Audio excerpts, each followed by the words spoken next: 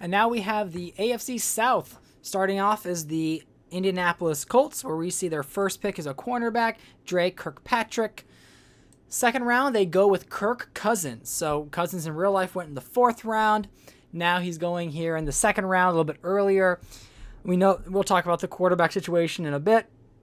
They also bring in Bobby Massey, an offensive tackle, Evan Rodriguez, a tight end, John Hughes, a defensive tackle, Brandon Bolden at running back, and then Jeremy Lane at corner.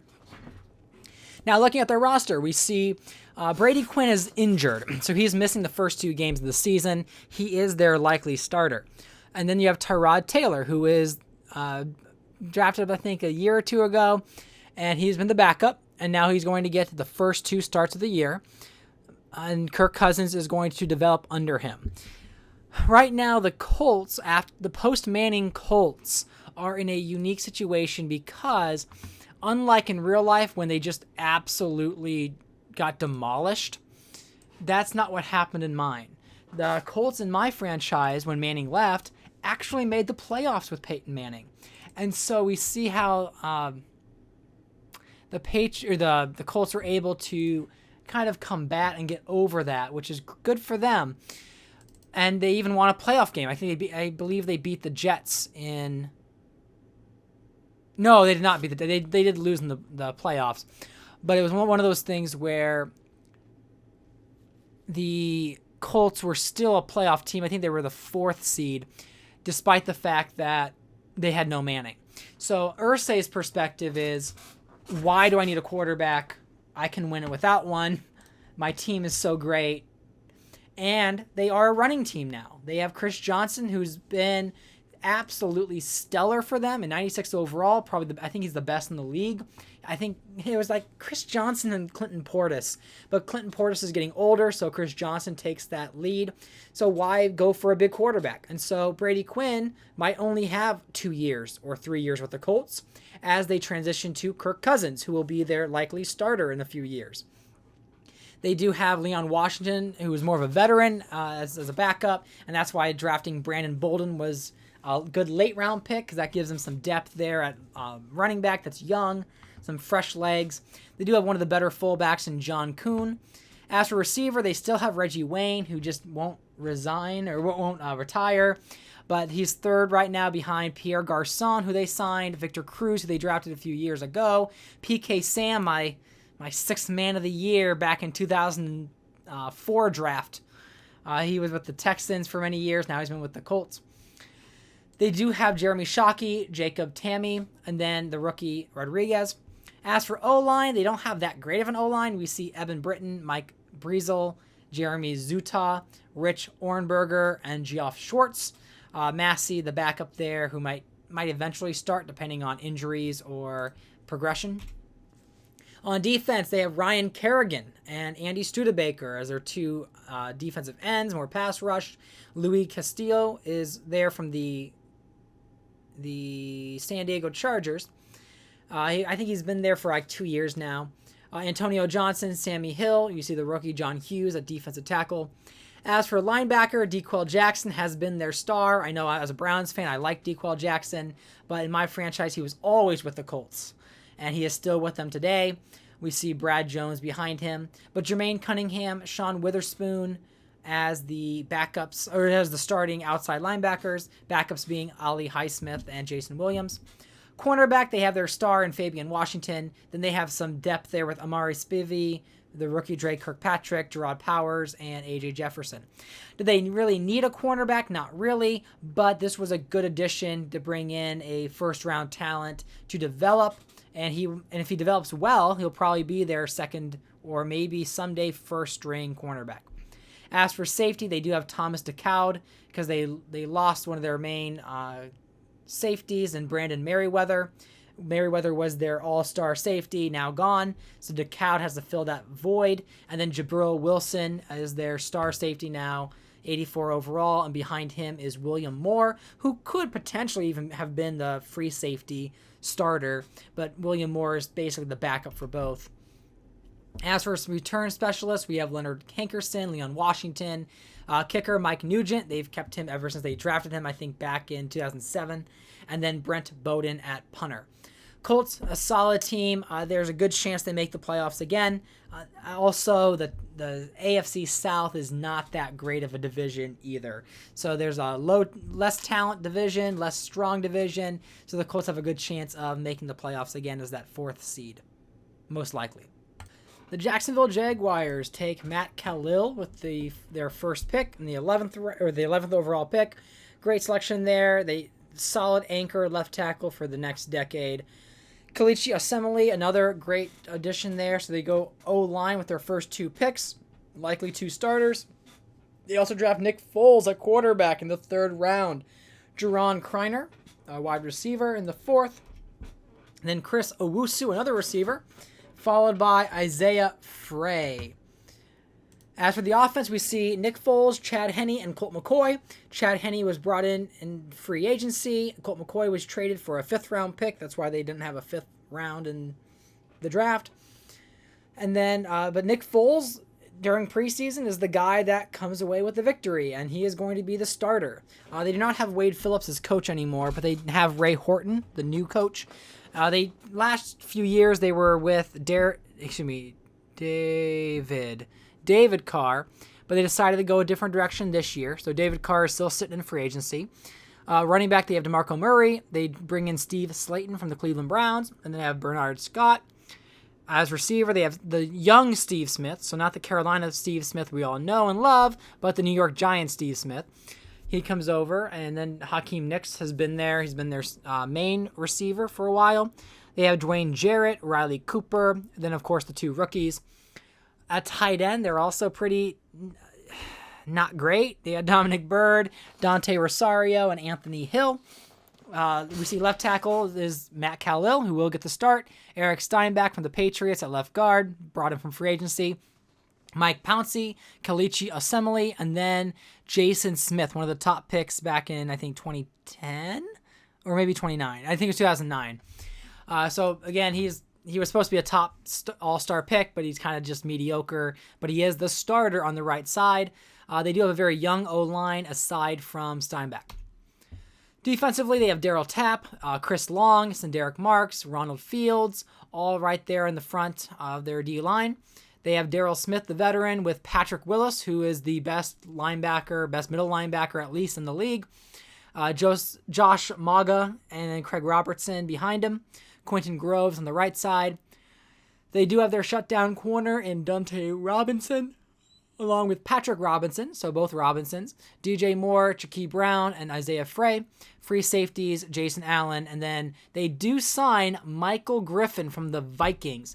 And of course, he had many offers, but he chose to go to the Jaguars. So now they don't. Chris Long is supposed to be their all-star pass rusher. I mean, he's only a 79 overall since 2008, excuse me. And then you do have Patrick Willis and Michael Griffin and Dante Robinson, who are some core pieces of this defense. You can't get any better than Patrick Willis, and you can maybe get slightly better with Michael Griffin, like maybe one better player. But in a league of 32, Griffin is definitely a huge pickup for them. There's some potential with this Jacksonville team. They could bounce. Only problem is that offense just ain't good. The offense is not a solid opportunity here for wins. We'll be lucky to see that they can get 5 games, maybe. As for their specialists, they have Chris Owusu and Kreiner, so the 2 rookies tend to be the options there at return. And then you have Nick Folk and Chris Henson at punter. Now we have the Houston Texans with the 5th overall pick taking Quentin Coples at defensive end, who they believe is the best defensive player in this draft. They do draft Stephen Hill in the 2nd round, so they get their receiver. I know a common complaint I had with my Texans is that there was not really many people to throw to. So Jake Locker, who's their starting quarterback, didn't really have any weapons. Then you have Levante David, the outside linebacker, in the 3rd. Cody Sensabaugh in the 4th. Rokevius Watkins in the 5th, an offensive guard. And then Blanton, the free safety, in the 7th. Looking at their depth chart here, we have Jake Locker, and then they did sign both. They signed Vince Young, and they traded for Tavares Jackson from the Bengals. They both have significantly higher overalls, and I can foresee one of them taking the starting role at some point, knowing that Jake Locker is probably not going to live up to the hype. But Jake Locker was their first-round pick last year, and they're trying to make it work. We have C.J. Spiller, who is their kind of best option on offense. Behind him is the old man Cedric Benson, and they do have Kendall Hunter. As for receiver, you see Stephen Hill makes the starting lineup with the second slot there behind Harry Douglas. They do have Lewis Murphy, Steve Johnson, who is with the Cardinals, Titus Young, and Marcus Easley. Tight ends, they have Jermichael Finley, and there is Dennis Pitta, who is a bit lower rated than I thought. I mean, he's someone that could be their starter. However, we're sticking with Finley right now.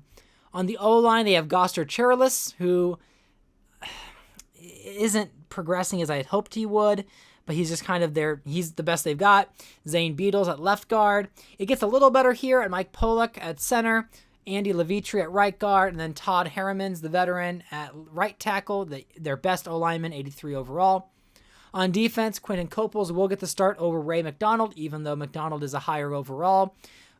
Coples is the 5th overall pick, and he's going to start. Robert Gathers, who's been a pretty solid defensive end for them, is on the other side. In the center, there is Barry Cofield, Peya, and Dre Moore. They signed Moore from the Patriots.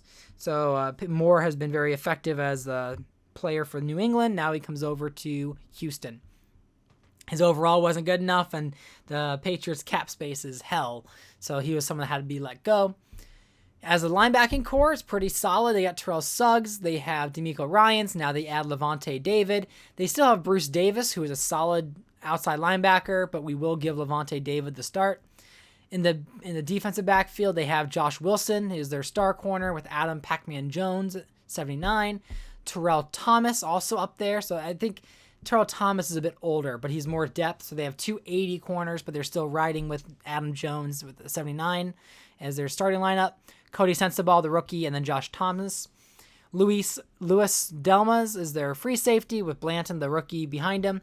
And then one of the best safeties in the league, Mike Doss, 90 overall, with Jamarca Sanford.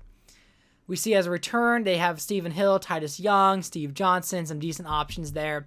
Chris Brown and Tim Masthay is the kicker and punter for this Texans team. I honestly don't see this team having much of a chance. It is not Gary Kubiak. It's actually Jeff Fisher in his second season. So Jeff Fisher did draft Jake Locker, and this is a Jeff Fisher-run Houston Texans team. Again, I do think this is the Colts division to lose. The Titans might have a shot, which we'll talk about them right now, actually. So the Titans have Fletcher Cox at DT. They drafted David Wilson, a running back, in the second round. Greg Childs in the third. Adam Geddes as an offensive guard in the fourth. Jared Crick, Josh Chapman, and J. Ron Housley. So 3 picks there for some defensive depth. Looking at their starting roster, Pep Hamilton saved his season last year by ditching Kevin O'Connell as a starter and going with Josh Freeman, where they went 8-9 on the year, and they won like 7 of the last 8 or 9 games to really save his season. Otherwise, Hamilton would have been fired. So Freeman is coming in as the starter. They bring in Byron Leftwich, the veteran, as a backup. He could also be a potential starter. Depending on how Freeman does, he might be replaced by a rookie, but he might also get another season just because unless they trade for somebody or someone's in free agency, Geno Smith or EJ Manuel, it's not a very good class coming up, but they don't know that. As for running back, they have Jonathan Stewart, who's been there a few years, and now David Wilson is right there behind him with Brian Calhoun, the third stringer. They do have probably one of the best wide receivers in the league, maybe short of Calvin Johnson Jr., but Greg Jennings is one of the best in the league, and he's really being wasted here in Tennessee. Matthew Slater is right behind him with Denarius Moore, Greg Orton, the rookie Greg Childs. As for the tight ends, for the Titans, we have Jermaine Gresham, Logan Paulson, and Devon Drew. Maybe I can speak today, maybe I can't. Left tackle, Michael Orr. Danny Watkins at left guard, and Danny Watkins was like a first-round pick, so he's going to be there for at least his rookie contract. Ryan Khalil at 84 overall center. Donald Thomas, the veteran that was brought in a year or two ago, I think in free agency. And then Tony Hugo at right tackle. He gets to start over Max Starks. Really, either one doesn't matter. On defense, they have Muhammad Wilkerson at 72 overall. Fletcher Cox at 74. He's their starter. He's their first-round pick. Even Lawrence Jackson there as the right defensive end spot. As for the linebackers, they do have Ben Lieber and Sean Lee on the outside, and then Anthony Spencer, a solid middle linebacker there in the center. Cornerbacks, they rock with D'Angelo Hall, but then Derek Cox and Brandon McDonald are kind of a weaker second option with Brandon Harris, Alterin Werner.